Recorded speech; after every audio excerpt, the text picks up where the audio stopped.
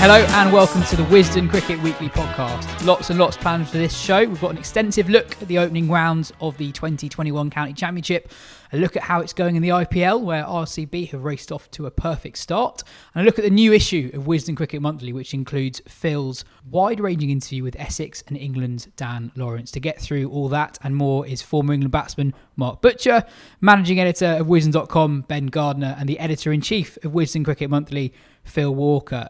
First off, Phil, welcome back. It's been a while.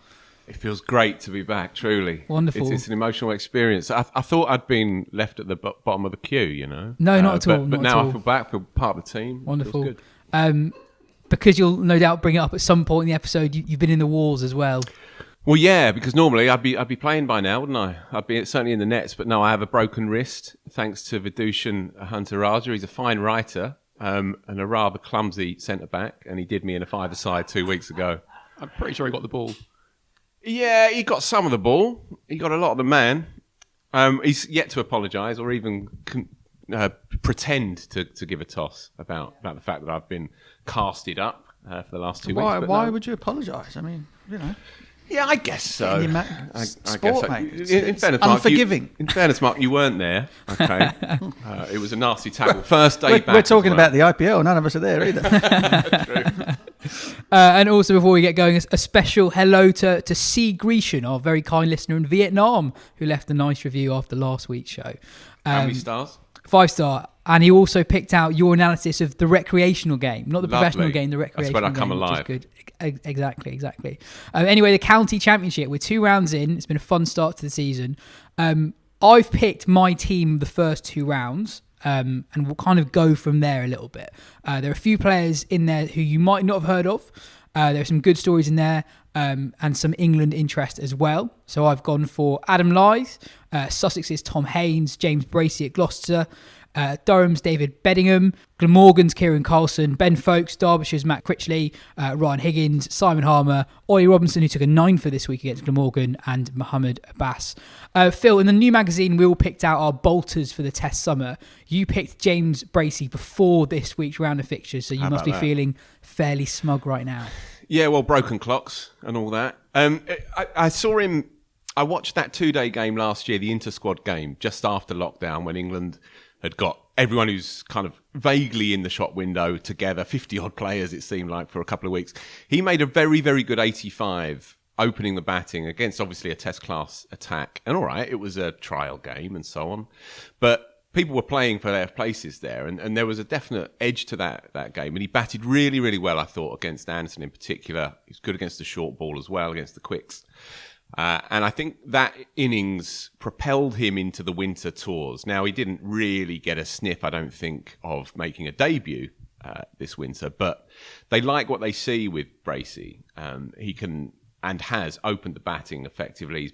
He batted 3 last week against Somerset, obviously in a big local derby against one of the top 2 or 3 sides in the country, and he strummed a beautiful 100 and then an unbeaten 80-odd, I think it was, in the second innings. Now, to double up is impressive, I think, especially in a high-pressure game like that. He's very articulate. He's very, very level-headed. His story is an interesting one. You interviewed him a couple of years ago as well. He's not come through the straightforward so-called talent pathway route, but he's got to the top of the Gloucester order, and they're obviously, you know, they're riding a bit of a wave at the minute at Gloucester in 4-day cricket. And a lot of it comes down to this player. He's also a very useful keeper as well. I mean, I don't think we need to concern ourselves with that. Yeah, exactly.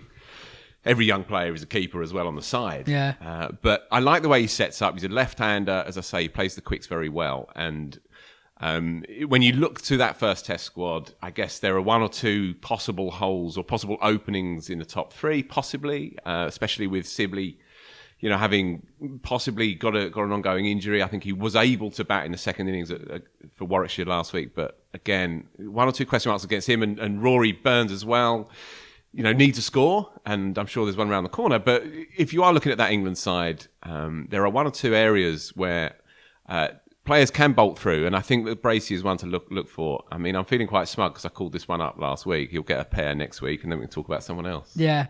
But people who follow the England Test side would have heard of Bracey because he's been involved in a few squads now especially during COVID.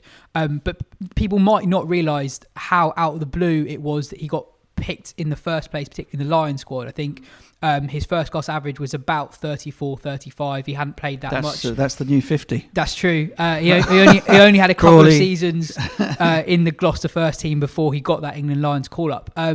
That seems to kind of be the trend now, that the England selectors seem to be picking players who might not necessarily have a huge record behind them, but they pick based on what they see with their eyes. Yeah, I mean, look, that's been the case since Fletch, really, hasn't it? I mean, the often told story of Vaughan and Trescothick. And, part of that comes from having the talent spread so thinly over 18 counties. That that at any one moment in time, and this has been the case since I started back in the early 90s, at any one time there are going to be tons of players in great form, smacking out hundreds or taking fifers or whatever that might be. And so when it comes to selection, the selectors and coaches and hierarchy need to be able to spot something else. Form in a first class summer in England is something that so many players have all at once. You need to be able to figure out whether or not there is something else that will help them succeed at that level.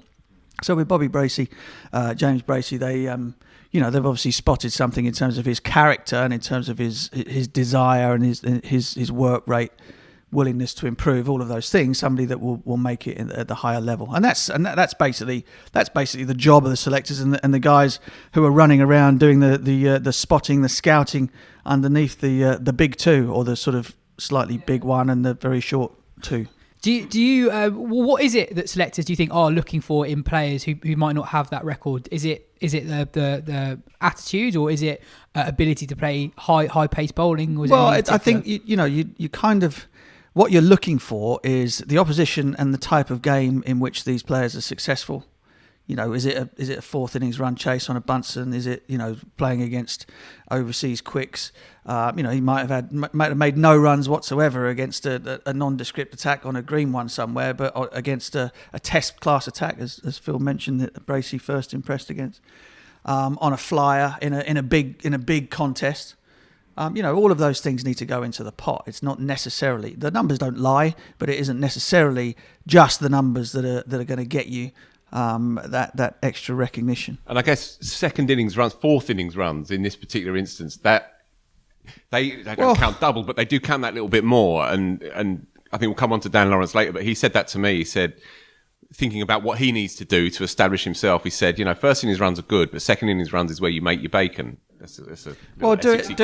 But that's interesting because you could look at it the other way around and go, if you're going to be a successful test side, you don't want to be playing catch up all the time. So making them in the first innings, putting the strokes down on the page before anybody else has had a chance is also very important. Yeah, and Bracey did both in that game. Yeah, exactly, and he did both. And also, if you're gonna break in. And it doesn't matter where you end up in the test side. Anyone will tell you, I'll bat anywhere from 1 to 6 as long as I get that jumper. You want to be doing it in the top 3, 4 in county cricket. Yeah. Outside of that, you're pushing your luck a little bit for test matches anyway. From a Gloucestershire point of view, it's a huge win. 2 good wins to start this season, and the first win I think you're saying at Taunton for them since 1993. Is that right? Yeah, and that's the kind of game that Somerset is. I mean, it's the kind of game that Essex did win this round. It's the kind of game Somerset have got used to winning, sort of close games, but they back themselves to defend targets. So it does take something pretty special against that attack to go out and play with that kind of ease as well. He was kind of just strumming it around. It wasn't like a sort of a gritty fight towards a total. He kind of just was like, okay, this is a small total. I'm good enough to do this, and went out and did that. Hugely impressive. Just very briefly, feather in the cap, I think, for the conference system, which I know is dividing the game, and it almost down the middle, actually. And while Gloucester would have been a Division 1 side this year, they obviously haven't been for a number of years, but to see them coming out 2-2 from 2, that's significant, I think, in itself. And there are other examples, I think, through the game, so through the 2 rounds of games so far. Mate, I like it. I really do. Do you? Good, because I do as well. For the reason that in a smaller group like that, I know that counties won't own up to this, but in the past there have been, ever since the 18 all-1 division, and then when it went to 2 divisions, there have been certain clubs who have basically looked at the championship, written it off before it's even started, not that bothered about getting promoted, not that bothered about about trying to to do anything other than hang in where they were. Okay, so that in itself means that all of the clubs in their groups stand a pretty decent chance, if they get off to a flying start, of being involved in the shake-up of making their way into Division 1 by the end of it. And if you give people the incentive that is close by, it's not a far-off pie-in-the-sky dream, then all of a sudden there is an incentive there to kind of go, hang on a second, we're not just fobbing this one off and looking at the T20s. We're gonna have a right red-hot go at this too. And I really like it. I really do. Yeah, I echo that. It compels teams that have pushed this to one side out of a sense of survival as much as anything else, with maybe an element of indifference there coming up on the rail, but it compels teams now to take it more seriously. And also, those teams on the so-called lower rungs of the county model, a lot of these players, understandably so, for the last 10 years, have been looking over their shoulder, where else can I go? If I have a good half a season for Leicester or Derby, then where's the move maybe at the end of the year? Well, if you can have a good year now for a Leicester and a Derby or a Northants or a Gloucester, and you can make your mark at test match grounds against first division in inverted commas teams, that secures you to the club that brought you through in the first place. And seeing these players move around as we have done, and the funneling of talent upwards, so to speak, I don't think we'll see that quite as much. And I think that's a positive thing for all the clubs, all the 18. If we believe in the 18, I think we've got to believe in this system. Yeah, and I think as well in the past that people have almost not totally disregarded, but haven't put as much attention on brilliant performances in Division 2. Whereas now a lot, if you go through I know it's just a team I picked, but a lot of players who would have played in Division 2 for a while. So, Glamorgan's Kieran Coulson's quite an interesting player. He's only 22, 6 first-class hundreds. Yeah. Derbyshire's Matt Critchley currently averages 84 with a bat and 16 with the ball this season. I know there's only 2 games, but Taha spoke to him about an hour ago, and he said a couple of interesting things. One, he doesn't think he would have played as many first-class games as he had. He's played 55, he's only 24 if he didn't bat. And also, he quite enjoys bowling in April because some balls turn, some others don't. And some people think it's because there's variations. And he's a wrist spinner. Yeah, he's a leggy. Here's one for you, Mark. I'll give you half an hour to figure it out because I can't. First 2 weeks of the season, 3 English leg spinners have been playing. Crane, Parkinson, Critchley. Can you think of an occasion during your time in the first couple of weeks of the season? There weren't 3. No. I mean, there was Sauls, and that was pretty much it. Yeah. And Rash, obviously later on. But no, I mean, it's incredible. The difficult thing, I was just talking to Matt Thacker next door. With the runs that have been scored around the place, yes, there have been, Essex got bowled out for 80, didn't they, 79, and then won the game anyway. But you have that combination of freezing cold and no rain. You've got concrete, haven't you? You've got these hard pitches, and the leggies, if they can keep their hands warm enough to wrap around it, they're going to be of use to teams. So it's been great. It's been really interesting to see. And as I said, I'm a fan. It also reduces the number of first-class games. You're going to get 14 tops, but it means everybody from the very beginning stands a pretty much an equal chance, and you will see the likes of we've seen the likes of Gloucester turning over Surrey, turning over Somerset now. That those types of things will not be few and far between, and I'm all for it. All the while that you're not able to fill teams up with huge named overseas players.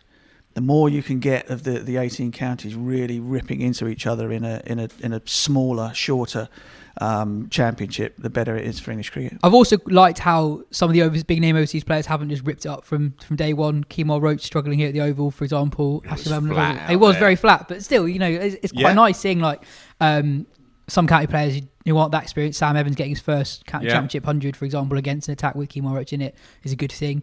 Ben, one player I listed out, Adam Lyth. It's been a long time since he played for England, but he's really come out of the blocks far in at the start of the season. Yeah, well, 380 in 2 games, and you start sort of twitching, thinking, is 1,000 runs before the end of May possible? I wondered when the klaxon was going to go for the 1,000 runs. Yeah, and I've gone early. Yeah, were you born the last time somebody did that? Jeff? Don't think so. No, let's start on that Buckley thing. I've heard about it. I can't have that.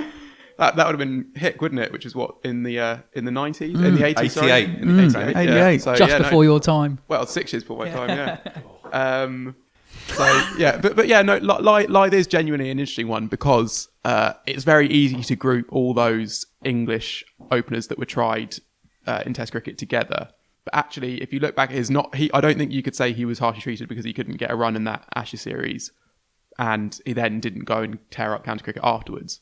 But firstly, a lot of players who struggled to score runs in an Ashes series in England, where you have players out there peaking, brilliant quicks, open bowling. He scored more runs in that series, I think, than David Warner scored in 2019, and no one's questioning David Warner's pedigree as a Test batsman. And Adam Lyth, there was reason to believe he was possibly the most talented of all of those. I think Andrew Gale once said that he was more talented than Root and Bairstow, which is bold. What'd you say? Bold. Yeah, exactly. Yeah. So and they got that 100 against New Zealand against a properly high class attack. Bolt and Southey. That is 100 that should make you not write player altogether. I think he's 35 now, so he is getting on, which means it's kind of now or never. If he continues on this form, then England are going to have a real hard time sort of saying no to him. They will say no. Yeah, it's gone now. But a good player, and maybe a victim of a bit too soon, possibly. A big Ashes series at home, swinging ball, a decent attack, obviously, and he's always struck me as perhaps the most naturally talented of the Southpaw openers who were given a go. In that kind of post-Strauss era. Butch? I think he's a good player, yeah, no doubt. Funnily enough, I think that he's more loose than you would like an opening batsman to be. You think of somebody like Marcus Trescothick, who obviously played his shots at the top of the order. However, he was in a box, wasn't he? You could put him in an alleyway and he would play straight and wait for the ball to be wide. Lyth had far too much of a tendency to sort of be going after huge drives of balls on the up, and you'd be thinking, well, I'm setting 3 gullies, backward point, 2 slips, and hang it out there, and that's what's going to happen. And I think, I hope he doesn't mind me saying we had a chat actually. I spoke to him about some drills, not necessarily about leaving the ball, but some drills to kind of to not hit so many skimmers in the gully point region, and something that he may or may not have taken on board. I don't know, but I just remember thinking at the time, being really sort of positive about what I thought, how good a player I thought he was, but what I thought if he could just tweak this little thing, don't lose any of the natural flair or the whatever, he would make himself less easy to dismiss, or sort of less likely to give his wicket away. But unfortunately, he like I said, he went back to Yorkshire and kind of then didn't tear it up. Didn't go back and say, well, I'm too good at this level, I should be back there. And unfortunately, in the interim time, his chance has gone. But I don't know. I mean, a lot would have to happen, but you have seen players get a first go at Test cricket at a younger age, come back at this sort of age, and then have you could still have 2 or 3 years. 35. Well, Chris Rogers, what age would he have been when he came back in? You can have 2 or 3 years as a top class batsman at this sort of age. I mean, it's I don't think it's completely out of the question. Listen, you're protesting very well, but I'm just saying it's not going to happen. Yeah, fine. I think.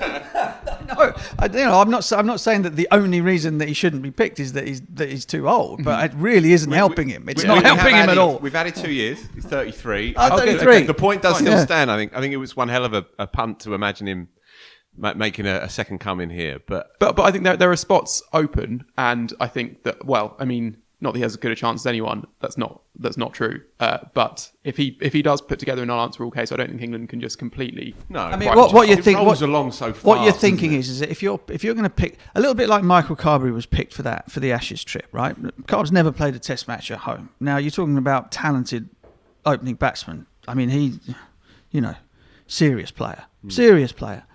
Had the wrong end of Mitchell Johnson and co on that, that ill-fated Ashes trip, and didn't disgrace himself by any means whatsoever, and never played again. If you're going to take somebody of that sort of experience on an Ashes trip, because that's basically what you're saying. You're saying we'll take somebody that's got the experience, battle hard, and to go out there and score runs in a top of the order in an Ashes series, and hopefully bring us back the Ashes. Is Adam Lyth that guy? Are they going to make that? Given the things I've just said about the way that he plays, and given the sort of the dangers of that on bouncy tracks in Australia, again, I don't think the case is compelling. And so he may well make 1,000 runs before May, but I doubt very much we'll see him playing for England this winter. Yeah, that's fair. I think the last thing I'd say is that if there was ever a time to pick someone just for an 8-month or a 12-month stint in the Test side, it would be now, because England have like about as hard a 12 months. I mean, even excluding the injuries, you can kind of imagine having the two best sides in the world this summer and then away in Australia in the winter. So yeah. Phil, the game of the round was at Chelmsford. Essex, Durham. Essex bowled out for 96 in the opening day and ended up still winning it. You were there for a lot of it. Yep. Decent game of cricket. Yeah, a belter. And it's now coming up to 1,000 days since they've been beaten in a 4-dayer at Chelmsford, which speaks for itself. And, you know, it's a cliche, but winning begets winning. And I was in the box at one point, and Keith Fletcher, who's dressed these days like an extra out of Detectorists. He looks absolutely marvellous. He's in the back of the box with his packed lunch and his deerstalker hat, and he said, we'll win this. We'll win this. I think this was end of day 2 or heading towards the end of day 2. Yeah. And there was that sense throughout. I spoke to Tom Wesley actually this morning, and he says once the wheel started to turn in the game, you sensed that there was this sort of unstoppable momentum, you know, and with Harmer, obviously, who just took another routine 10 for just like that. They turned that one around. At one point, I think Durham were ahead on first innings, 1 wicket down. So to win it from that position statistically is very, very rare. But there is an air of inevitability around them. And, you know, little bits to take from it. They have a seam bowling attack, all homegrown, that do the job. None of them are express quick. You know, if you're a first-team club cricketer, you wouldn't be particularly concerned getting out there, and yet they do the job week after week. Sam Cooke averages next to nothing for his 3 years as a new ball bowler. Demands that you play time after time after time. I mean, he's carved from the great sort of Mount Rushmore seamers of English cricket, you know, that you don't suppose they're going to really scratch the surface of a test cap, but that doesn't really matter. You know, they do an extraordinary job for their counties week after week. Jamie Porter's another one. Harmer, I watched Harmer on the final day and the Saturday evening, and what strikes me, and look, I'm no expert of spin bowling to say the least, right? Not only does he have the biggest hands in England, and I include Ricky Clark in that, right? They are monstrous plates. But there is no discernible change in his action, and yet the ball, it's either skidding on and hitting your back leg when you're neither one thing nor the other, or it's looping there and it's never quite getting there. But there is no discernible change. There's no change in arm speed or the torque in the action or the pivot. It's entirely identical, and yet you have no idea what's coming out from one to the other. And once he gets on a roll, he's unstoppable. And as he said to me in that kind of blunt, kind of nice, or rather appealing South African way, he says, the thing with English players, they either try and hit me for 6 or they defend for their lives, and then I'll get them out. And he said that to me 2 years ago. He said, with the exception of James Vince and Gary Ballance, he says they're the only 2 players in English cricket that he doesn't think he's going to get out any minute now. Yeah, worth mentioning Scott Borthwick's 100 that game, 100 of the first 148. Yes. And also in the Essex second innings, it wasn't just Dan Lawrence, who we will talk about later in the show, but Paul Walter got 77, and then some lower order resistance from Ben Allison and Sam Cooke. Without that partnership, they probably don't win that game. Tall Paul, they call him. 6'7", former opening bowler. House DJ. Yeah, so he's 6'7" or 8", and he bats 5. I mean, sum up the eccentricities of county cricket right there. I mean, he should be a doorman. He shouldn't be a cricketer. He began as a bowling all-rounder. They have a record of that, though, don't they? Yeah. Will Jefferson was Essex first of all, wasn't he? Yeah, something in the watermark, I think, down there. Proper big un. Yeah. You're a bowler turned batsman, Phil, from Essex. Indeed, all right. But he played very responsibly, you know, and he got in behind it and kind of stonewalled it for a couple of hours, and then it expanded a bit.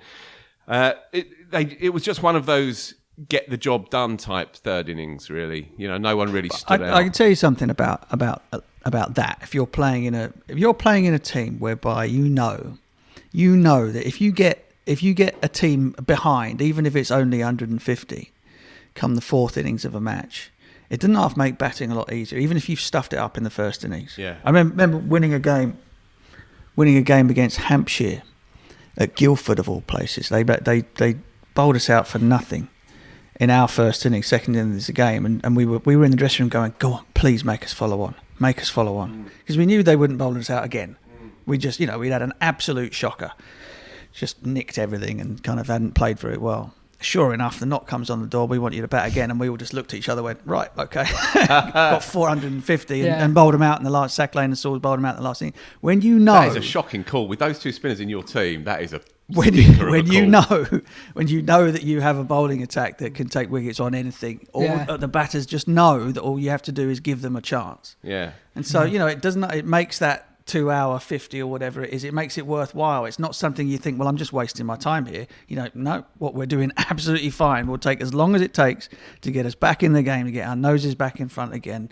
Harmer, Porter and co will bowl them out. And the other thing I love about Harmer is there's a righteous indignation about him every time he takes a wicket. You know what I mean? It's like it's as though he spends his life opening fan mail or non-fan mail with people saying, you can't bowl, you're rubbish. Yeah. Because every time he gets a wicket, every time they get a win, he's like furious with the world. Like, I told you, I showed you lot. That's a good shout. And it's good fun to watch. It really is, with his shirt hanging out, looking like, they do look like a club team, Essex. By the way. They do. They look like they've rolled Don't out. play like one. They're all stubbing. They drink like one. Stubbing their fags out on the boundary as they walk over the line. But they're brilliant. I can neither confirm they are nor very deny good. what you just said.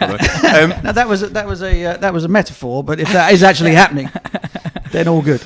Just a brief word on Durham. Good seam attack from what I saw.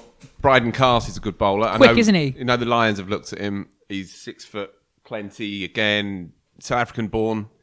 Really good repeatable action, high action, and wangs it down there. He took a good 5 for in the second innings, and also hurt his ankle, but picked himself up and went again. I think he had a runner on the final day, so it wasn't just a little sprain; it was significant. But he showed a bit of ticker as well. I think they'll be kicking themselves because they had 2 opportunities to win these first 2 games, and as it is, they've drawn 1 and lost 1 now. But it was impressive. Good to see. Nott's winless run in first class cricket extended this week. They lost an amazing game against Warwickshire. Warwickshire without Dom Sibley for 95% of the game, basically, after he got his finger injured. They chased 333 on the final day against a Nott's attack led by Stuart Broad. Tim Bresnan top scored in the 4th innings with 68 not out. Runs for Sam Hain, Matt Lamb and Ollie Stone 2. Hampshire made it 2 wins from 2 as well. The highlight from that game was Mohammed Abbas's hat-trick in the first innings. Figures of 6 for 11 from 11 overs, which are pretty handy. Hundreds for Ian. Took him 17 balls to get his 5 for in that innings. Which and the hat-trick was the first 3 wickets as well. So, and I think after about 4 overs, he still had more wickets taken than runs conceded. So he was a crazy spell. Ben, what's your moment of the week? My moment of the week is Ollie Pope making a lovely double hundred and a lovely blue headband out the oval. It's no great surprise to see him tearing up a modest-ish county attack on a flat, slow wicket. But it was sort of heartening to see because he's not had the easiest time recently. He's struggled a bit in India and struggled a bit in the bubble in general as well. He spoke nicely after the sort of elatedly a little bit, tired and elatedly after the double, sort of said that it's very nice being able to just walk into the ground and get a coffee, and you miss that when you're not on the bubble. It's like the small things as well as the big things. He also said that he kind of he thanked the headband for getting him to his double. He said that when he got out, he slept in the 90s overnight against West Indies last summer, and the next morning didn't wear a headband, having worn it the previous day, and then got out before reaching his 100. So today there was no way he wasn't going to wear his headband, having gone to sleep again in the 90s, went on to make 200 and plenty. Okay. But whatever gets you through the game, I suppose. But no, it was a lovely knock, lovely partnership between him and Jamie Smith, who player. Two young players who both bat aggressively, but not too much, and kind of look just very, very at ease at this level. And Ollie Pope, too good for it, really. He now averages just under 75 for Surrey, which is extraordinary. And for all this that he's not quite cracked Test cricket fully yet, is a hugely talented player. He will. Exactly. I got a bit of sympathy for him in the winter as well. I mean, he got done twice in that questionable Test match with the silly pink ball or whatever it is, and he was done by a couple of Ashwin shooters that's almost taking pace from the pitch and so on, and he was just starting to figure it out, I thought, in the final Test, and played nicely in that first innings for 30 or 40 odd, and then got a harshly done, really, caught off the back leg and looped to short leg through his legs, kind of Chinese shot, and I felt for him a bit, really. There is no question that he's going to score thousands and thousands of test match runs, right? Quick word on Hassan Azad at Leicester. He scored an unbeaten 144 on the last day to score a draw for Leicester. He averages over 50 in the county championship for Leicester over 3 seasons now.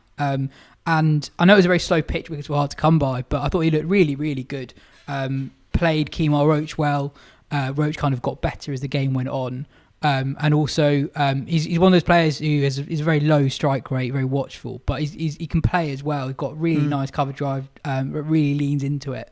And I guess he's one of the players we're talking about, Phil, as someone who might have agitated for a move if in a 2-division system, but in a conference system, there's no need. Listen, the other thing about all of this is cricket is one of those games where sometimes you're only as good as the people you're playing against. If you are an opening batsman who leaves the ball outside off stump, who's technically proficient, doesn't go out there looking to dominate and smash the ball all over the place. If you never come up against an attack where those sort of skills are of any use to you, i.e. you're supposed to be out there climbing into everything, how do you ever know? How do you ever know if you're good at being an opener? All of it, you go out there and play against the Ambrose and Walsh or whatever it might be, and all of a sudden those skills are damn important, and you can find out whether you can do the job or not, right? And so again, somebody like him is now going to have the chance to prove himself in front of proper opening bowling attacks, which again, I'm not being disparaging of what he might have faced in Division 2 over the last couple of seasons. I'm not. All I'm saying is you're going to have the variety now to be able to prove whether you can play in the style that the bowling that you're facing warrants. Yeah. And by the looks of it, he can. I mean, objectively, he's just facing more international bowlers than you would in Division 2. There you have it. There you have it. And that's in cricket. It's a game like that. I mean, somebody like it's funny. Martin Bicknell was a great example. Somebody that got people out for fun on flat decks here at the Oval.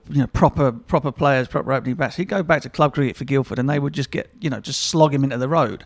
They just would play with no respect whatsoever. So it works both ways. The levels sometimes you need to be playing at a level above where you've been in order to show that you're any good. Yeah, that's what I've been telling myself. Yeah, that's it. It'll work for Phil for sure. Just a word on Azad. Yes, a shortish interview, but a revealing and very stylishly constructed interview, actually, in the upcoming magazine by Joe Whiteley, who's a freelancer, and he's very good, actually. And it was just a piece with Azad, who documented his ongoing struggles with mental health, and first detected that things weren't quite right when he was 15-year-old, growing up in Pakistan. He came over soon after that. Fast forward the story 10 years, he was at Loughborough University and feeling as low as you can get, really, and he says that himself. And yet he went for a trial at Leicester around that time. And he says himself he was crying. He was crying in the nets, full-on crying in the nets. He says it mattered not one whit what happened from one ball to the next. He says he wasn't present there. It was right in the midst of it. He says it was 2 days after an episode that he didn't have to elaborate upon. But in the midst of all of that, and he says there are large chunks that are just missing from those years. So he doesn't personally remember, but he played very well. And they kept an eye on him. And then fast forward a few more months, and they were prepared to offer him a contract for the following year.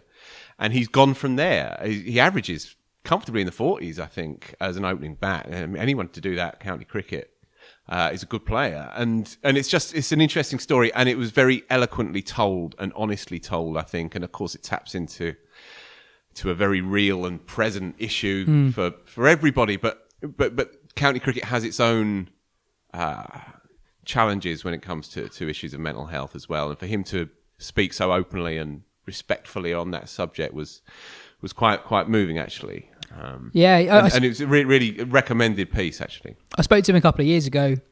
He's a lovely guy, but also quite interesting story. I mean, when he played cricket in Pakistan, he was actually in the same Pakistan under 15 side as Babar Azam, who was his captain, which is a handy teammate to have. And also, he said that he was part of the Loughborough University Quidditch team when he was another at university Quidditcher. Well. You say another. Who else is there? I'm sure. Oh yeah, Tom Wesley. Tom Wesley's done a whole module on Harry Potter at university. Yes. There is another Quidditcher, though, in county cricket. Look, let's just move on. Whatever happened to a game of snooker on a Friday night? And quickly, Phil, your moment of the week is from that Surrey-Leicester game. Yeah, look, terribly mawkish and sentimental. But I did an hour's chatting commentary with Mark Church up in the box at the Oval as the game meandered along in the background, and we chatted about nothing of great consequence whatsoever. And it was just nice. It was nice to do so with an old pal. Admittedly, there's a big Perspex partition, but it was lovely. And the game was playing out as we spoke, and we chatted about the all-time greatest Surrey 11, which was in the magazine that I gave him at the time, which compiled by your dad, Mark, and spoke about, the Laker lock, enmity, and Ram Prakash's freakish stats for Surrey, and what it would have been like to bowl to the master, Hobbs, as well. And we just sort of ambled through a nice pub conversation with a game of cricket going on in the background. And I just thought, we might have a chance this year. I enjoyed... It was a nice thing. I enjoyed the moment where you saw yourself on the big screen with a camera right in your face. Big Brother is watching you. Controlled by John Surtees. Entertaining. My moment of the week is the Matt Parkinson ball of the 21st century. If you've not seen it and you think that's an exaggeration, watch it and you'll agree with me. It's genuinely, eerily similar to the Warne to Gatting delivery. Pitches miles outside leg stump and ends up hitting the top of off. Ben, you're speaking to him very soon, so I guess we'll hear all about it, possibly on next week's show. That was an amazing delivery. Some news from outside the first class game this week. India has been placed on the UK travel red list this week. Ali Martin, in his report in The Guardian, writes, elite sports people and support staff have an exemption that allows them to travel to the UK from an otherwise banned red list country. However, that still requires a 10-day stay in a government-approved quarantine hotel upon arrival, with no special dispensation to leave for training or to compete. The question now is to how this affects the England and New Zealand cricketers who are currently in the IPL and intend to fly in for the 2-match test series that starts at Lords on June the 2nd, as well as India's arrival for the World Test Championship final against New Zealand in Southampton later that month. So we'll see how that story develops. And in South Africa, the seemingly never-ending CSA drama rumbles on. In a report on ESPN Cricinfo, Ferdous Munda writes, South Africa's cricketers have apologised to sponsors and fans for the administrative upheaval that has led to the ministerial intervention into cricket. South Africa, the national captains Dean Elgar, Temba Bavuma and Dane van Niekerk, along with the South Africa Cricketers Association, have signed a statement urging that the issues be resolved as quickly as possible. There is a threat of suspension from both the government and the ICC. More positively, Phil, there's a new magazine out this week. What's in it? Daniel Lawrence. Yeah. I went down the day before the season began to speak to him at Chelmsford at a socially distanced, obviously. Of course. Halfway through the chat, Tom Wesley turned up, so we had a good sort of three-way conversation. That sort of made the article for me. He did all my research by having played with him every day for the last 4 or 5 years. And Lawrence, look, he's obviously a fascinating batsman, endlessly watchable, with a slight kind of air of danger. I think, it could all go spectacularly wrong at any point, and yet he also bats time as well. So he's a peculiar combination. He's not a dasher, he's not a blocker, he's somewhere in between. I guess that amounts to a good player. But the way that he carries himself as well, you can't fake that kind of confidence. And I've interviewed 1,000 cricketers, and Mark's played with 1,000 cricketers. When you know that they're faking, you know that it's a bit of bluff, because it's a game riddled with self-doubt, as we all know. There is no self-doubt with this kid. I asked him about the Australia Lions trip when he averaged 98 across all the formats. I said, were you surprised by how well you went? He said, no, not really. He said, good tracks, I'd expect to get big runs. And he doesn't say that from a peacock-like perspective, he says it because that's how he sees it. And this is what I've heard about him since he was a 16-year-old. John Childs said to me, you can't fake that kind of confidence. One of the questions is whether he can marry all of that ability and confidence with the churn, the weekly churn, And it was interesting that Wesley said at one point, do you remember this is a quote. Do you remember, Dan, when we were at Derby 2 or 3 years ago and you got to 80 and you got caught on the boundary after they put the field out, and then a week later against Treadwell, he hit him for 6 to get to 70 or 80 odd against Kent at Canterbury and did the same thing, caught on the boundary. And Lawrence and Wesley said, I don't see that happening now. I see, you got greedy, the pennies dropped. Well, 2 or 3 days ago, Lawrence played beautifully for 76. And what did he do, Mark? I'm He was guessing. caught deep square. Yeah. He was caught deep square after they put the man back. He absolutely lacerated a pull shot, but even so, the trap was set and he fell for it. Now, this is interesting with him because he has all of this ability. Can he marry it up with the smarts or the streetwiseness that you need in order to really crack it at the top level? I have a lot of hope and a lot of optimism that he will do. And if he does do, it's a great, unusual development in English cricket because he comes from the backwoods of East London. He doesn't come through the straightforward public school system, which increasingly is how English cricketers emerge at the top level. And so if it were to happen, then I think it's a great thing for the English game. And I just truly hope that it does because he's one hell of a character. But listening to that, do you think there is almost a danger when a young player has that much confidence when they come into international cricket, or do you think that is a good thing? No, I think it's a great thing. I mean, look, the 70 he scored in his first Test match innings in Sri Lanka was a really good knock. Turner, Gould, just a regular Turner in Gould. Not something where there were bits of pitch flying up into your eyes every time the ball landed. And many an England player, myself included, would not have been able to do that their first outing in an England shirt.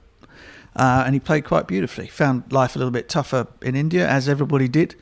I think the difficulty at the minute is finding where he fits in, or where he might fit in at the moment.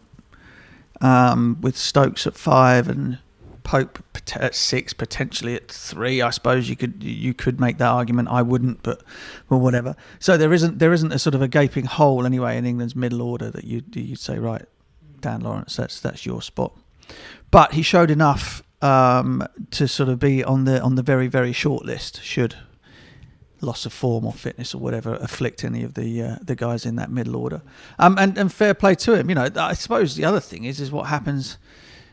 Does he find a way in post this T20 World Cup? Does he find a way in of making a case for himself in the next World Cup 50 over World Cup cycle? I asked him that's an interesting one because Morgan probably won't make it to that World Cup. Mm-hmm. So there's going to be a spot in the middle order there for somebody that can, he bowls a little bit of filthy stuff, can smack it out the park, good field, all of those things. Yep. So he's another player that could think to himself, well, hang on, here's my route in here.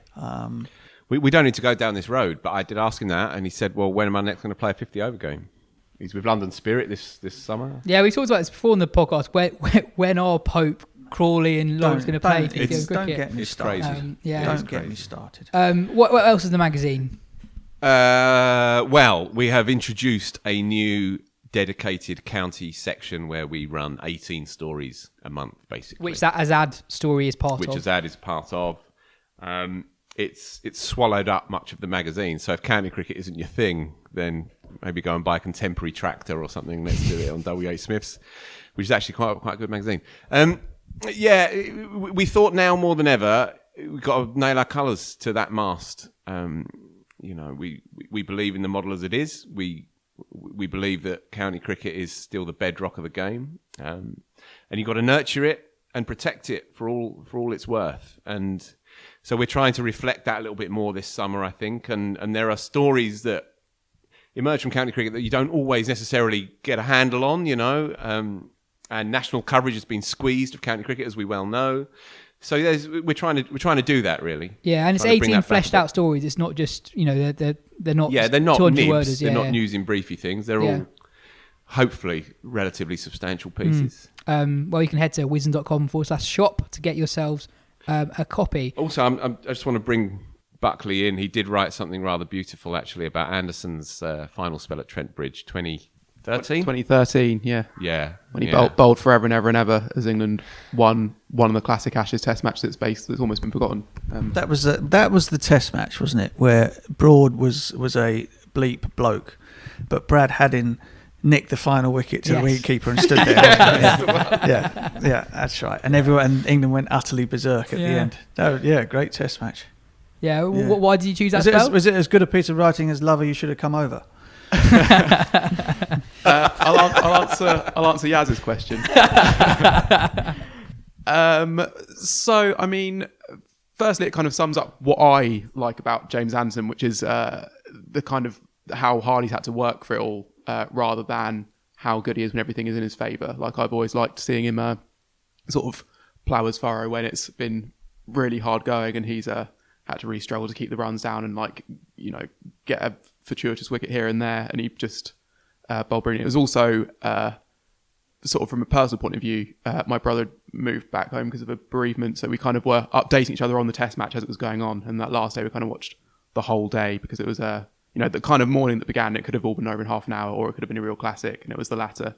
And then Anderson, he bowled, because it wasn't just that he bowled sort of 12 overs on the bounce. It didn't take a wicket until his 7th or 8th over, and then starts taking them from there. So you're thinking, like, if he's not taking a wicket, you've got to, give someone else a go, because England didn't have a huge amount of runs to play with.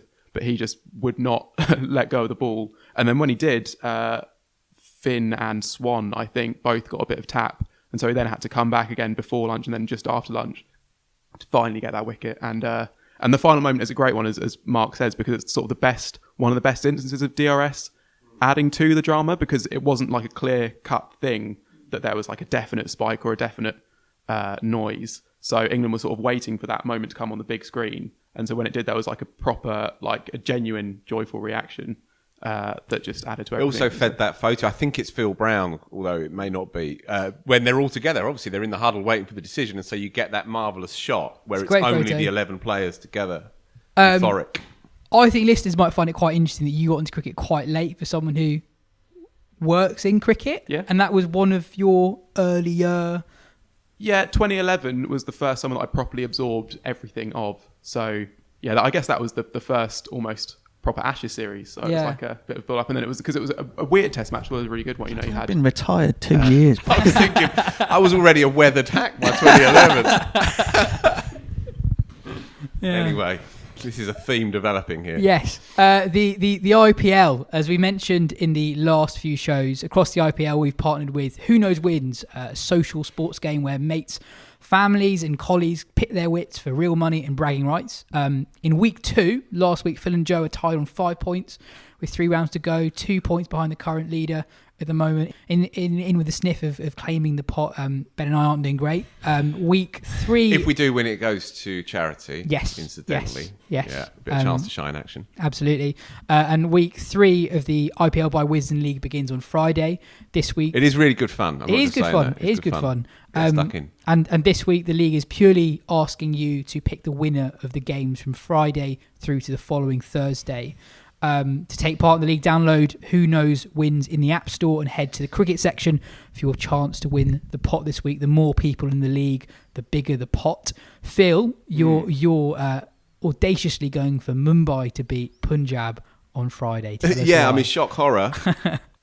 Serial winners against a team that invariably doesn't really get very far. That's my obvious pick. So that's the Friday game. Mumbai to beat Punjab. Punjab got a lot of batsmen, but basically no bowlers and can give up anything. Jai Richardson at 7 as well. So, they've posted so far 106 for 8 and 220 for 2 or something like that. So they're that kind of team. And Mumbai, they don't muck about, as we know. But the more interesting, or the slightly less uninteresting statement is KKR to beat Rajasthan the day after on the Saturday. And I've actually done my research on this. Do you want me to do it? Yeah, go for it. KKR have won 4 of the last 5 against Rajasthan. Rajasthan, obviously, without Jofra, without Stokes, light with the ball.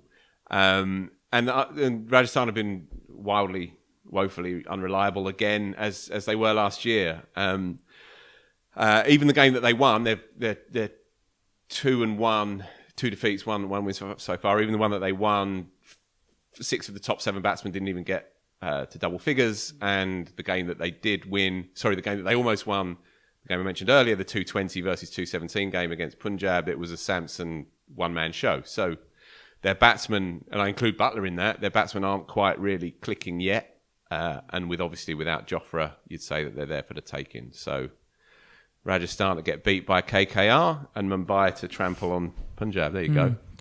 I think it was when we were recording last week's show, Ben Stokes was ruled out of the rest of the IPL. So that's a big blow to Rajasthan. He was also missing the England-New Zealand Test series. That's confirmed, right? So he's surgery, is that right? Yes, Stokes? 12 weeks. So 12 weeks? Yeah, serious injury. Lawrence is well in at 5.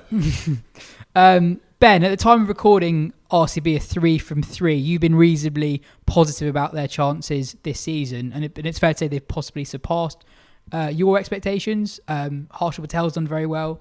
They even opted against using 4 overseas slots in their most recent game, which is a bit of an alpha move. Yeah, well, especially for them, it's a hell of a statement, really, because they have been the team more than any other that sort of banked on a few big name overseas players and then just like not really caring who else they pick, and that has not worked for them. Kohli's so not even far. in Nick. Yeah, true. Yeah, and so for them to go against to not pick one of their use one of their 4 slots is quite a significant move in a way. I sort of back them, but with caveats saying that quite a lot needs to go right. But if it does, they've got a proper side, and it kind of everything has gone right. Glenn Maxwell is in some of the best IPL form he's ever been in.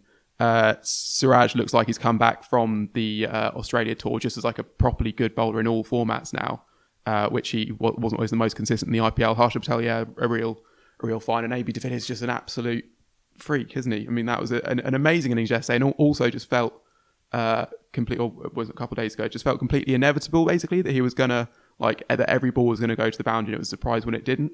So yeah, obviously nothing new. So he's an unbelievable player, but he's still sort of however old he is and just completely churning it out. Led you to looking up some AB de Villiers stats, and you found one amazing one, which all 25 of his ODI hundreds had a strike rate of 100 or more, which is just absurd. Yeah. He's a player. Yeah, he's not bad, is he? 37 and still doing the business. There have been a couple of remarkable low-scoring games, actually. A couple involving Sunrisers Hyderabad. Against RCB, they were chasing 150 and were 96 for 1 after 13 overs and ended up falling 6 short. Against Mumbai, they were chasing 151, were 67 for none after 7.1 overs. Bairstow scoring 43 off 22. And they could only make 137 in the end. Rahul Chahar continuing his excellent starts the competition with a cheap 3-fer. Butch, if 2 middle-order collapses in a row, when that happens once, is that kind of infectious in a team? When they, especially for a side that historically has relied a lot on their openers doing the business? It can be, for sure. Particularly when you look at Sunrisers Hyderabad's middle order, it's full of inexperienced Indian players. So yeah, I mean that can certainly happen. Their captain Warner was quite upset, I think, at losing the one against Mumbai, and let everybody know that in the post-match interviews. So, listen, I mean, they've got a pretty easy fix, haven't they? They'll have to leave out probably Mujib, I would think, to get Kane Williamson in, and then you can replace one of the youngsters in the middle order with somebody like Kedar Yadav, experienced player, bowls a bit of off spin, so can make up perhaps for the overs that they'll lose in Majid, but also then you put in one of the goats in the middle order in Williamson, and that should sort things out for them. But the issue is that losing begets losing in the same way as winning begets winning. So they'll hope that they need to make good on that. Is they part of the doubleheader tomorrow, aren't they? Against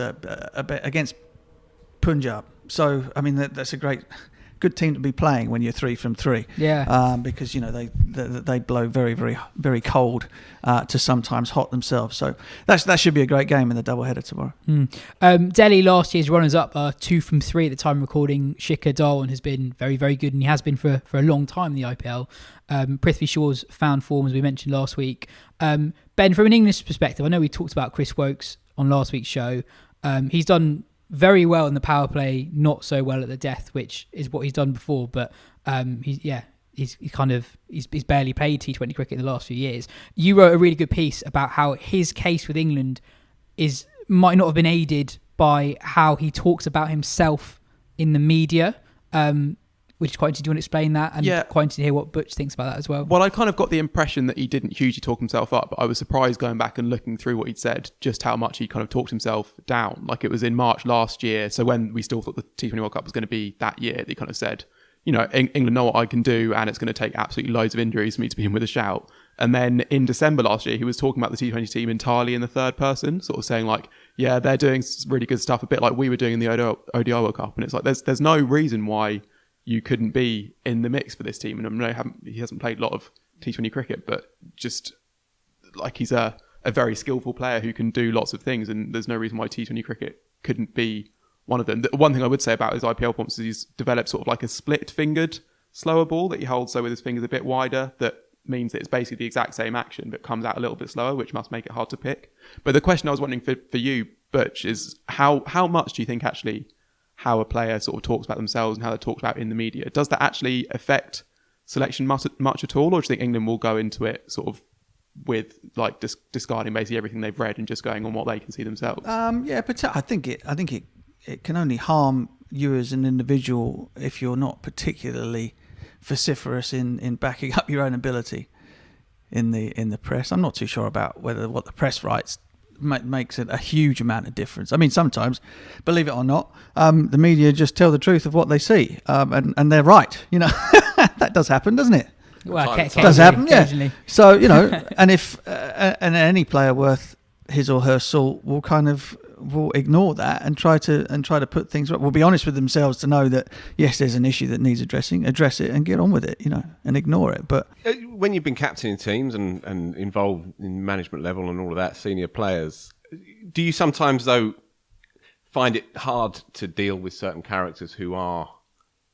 Let me rephrase that. Right, there's certain players who require more management and possibly end up playing a little bit more than they should, or being given a longer leash than they should because they are high maintenance characters, and that the flip side also applies. I think so I've come across some difficult characters, and guys actually who you wish to spend a little bit more time on but can't because the other fellas are taking up all of your bandwidth. Now, in a county dressing room, very different from an international one, you can afford to look at it in such a way as, right, okay, what returns are we as a team getting from this difficult character? If his difficulty is allied with match-winning performances and generally being very, very good, then you have to put up with it, and you put other people, you know, you give people, it's your week this week, you look after him or whatever it might be. If, on the other hand, somebody is a potentially very, very good, but is also a massive pain in the backside and is kind of keeping the team or yourself as a captain from being able to spend time on people that perhaps need the assistance more, then you move them out of the way. I've always been interested by this. There's a sort of slight moral equivalence in cricket, and there is in life, obviously. But I remember around the Pietersen thing, you know, was he still so good that we could indulge it? That's why there was a lot of people. That's why I made the caveat about a county dressing room. Very different for England. Right. England is not a club team. England's not a village side where you're playing with your mates and you want everything to be nice and everyone being friendly and having a beer out with each other. Sure. England's different. Yeah. If somebody is a whopping great big pain in the arse, but is also one of the best players in the world, you have to think very, very carefully about whether you're going to be harming your team's chances of being a winning side or not by leaving him out. Yeah. And at the time, with Kevin Pietersen, England harmed them. You know, the fallout from that 2014 Ashes series with Pietersen and Cook and all the rest of it lasted forever. Yeah. There are a lot of players we've mentioned in this podcast actually. Batsmen who fell by the wayside, careers of people like Ian Bell, etc., who were all harmed by that Pietersen farrago. And one of the things that, I never shared a dressing room with Kev, so I have nothing to say on that. You know, you hear what you hear, you make up your own mind. But all I know is this, from watching it from the outside, Kevin Pietersen made a lot of those players better than they were. You know, having the opposition worried about the bloke at the other end and not worried about you was very, very handy for the likes of Ian Bell and Jonathan Trott and guys like that. No I doubt. guarantee you. Knew what it was like playing with top players, batting with somebody like Graham Thorpe or whatever it might have been. Or seeing how young Australian batsmen came along with Ponting, etc. at the other end. You have guys like that in your team. It is wonderful for the rest of the batting lineup. Make no mistake. And so, I'm with you. I know what you're going to say. You'll be very much of the opinion that Kevin Pietersen should have been in that side. I don't give a stuff what he did, who he texted, what his problem was. He was too good not to be in that team, and I agree with you. Do you think there's a chance? I guess this is relevant to the current Alex Hales discussion, that if you have someone who doesn't quite fit in for whatever reason, who might have done things that the team didn't like in the past, that can impact the performances of the other players negatively? If they're in the team, yeah. I think we're getting to the point whereby there may be a détente on Alex Hales. But don't forget, Alex Hales was not Kevin Pietersen.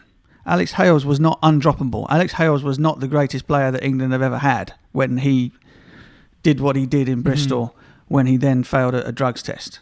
So again, the goalposts are in slightly different places. Now you could say Alex Hales is a terrific player. Why is he not in the England's 2020 side? And any problems, given exactly what I've just said about Kevin Pietersen, any problems they have, they should overlook because it's more important that England win the 2020 World Cup. Issue. The issue is that Alex Hales when he got left out of the side, was not somebody that was undroppable at the time. Wasn't the greatest player that England have ever had at the time. He still has to prove to everybody, if he gets a second chance, which I'm sure he will do at some point.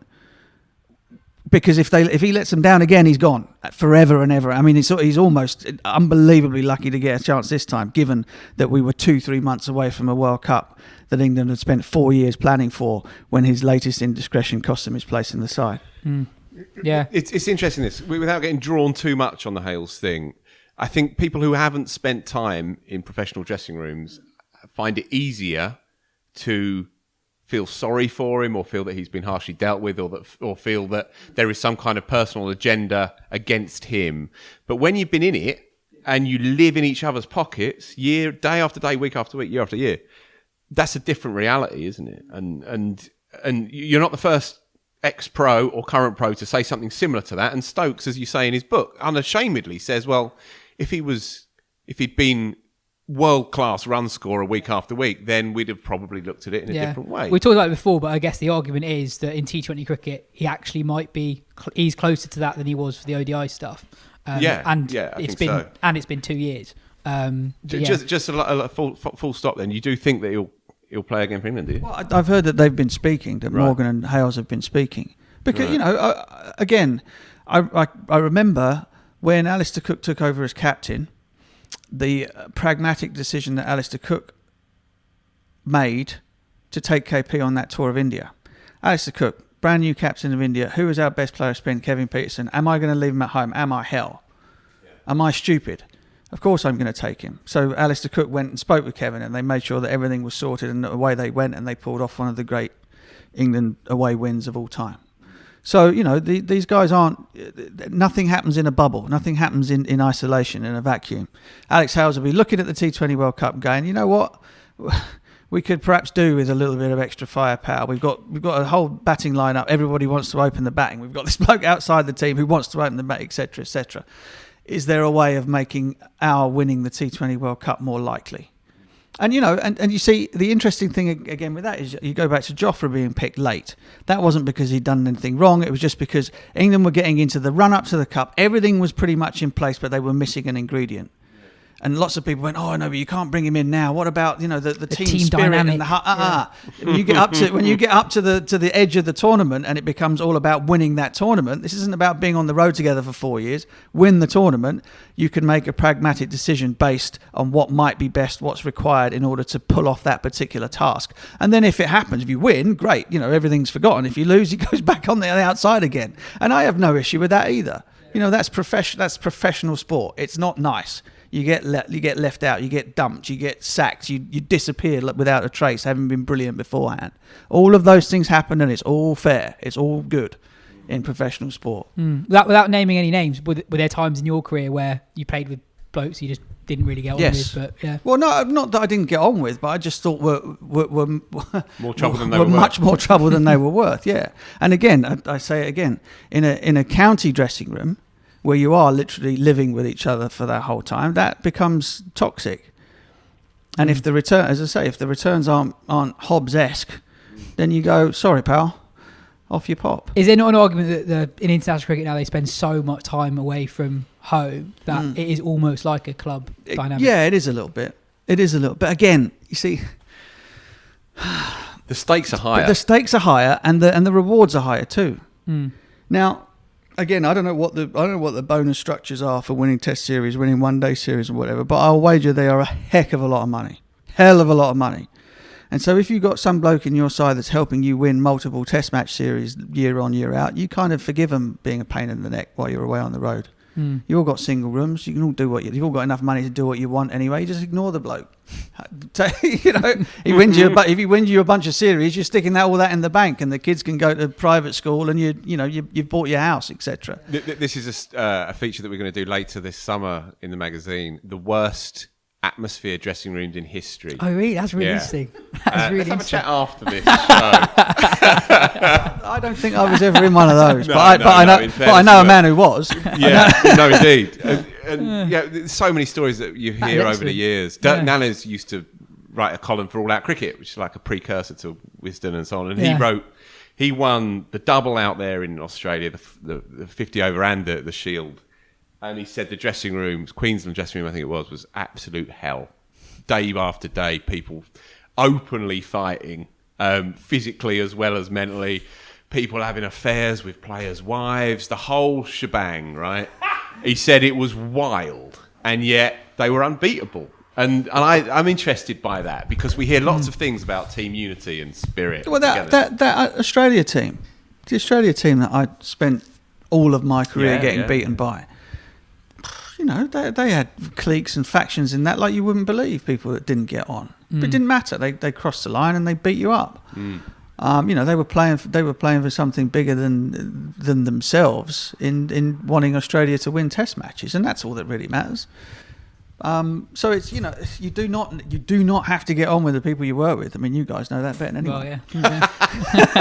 Tell me about it. Talking of which, Ben has left the building. If you very Buckley-esque exit. If you're watching on YouTube, Ben has left the room because he's speaking to Matt Parkinson. He ghosted us. Which is fair enough. That's fair enough. Which That's is fair an enough. upgrade on this. A chat we might hear on next week's show. Lovely. I didn't expect us to get into that, but that was good. That was good fun.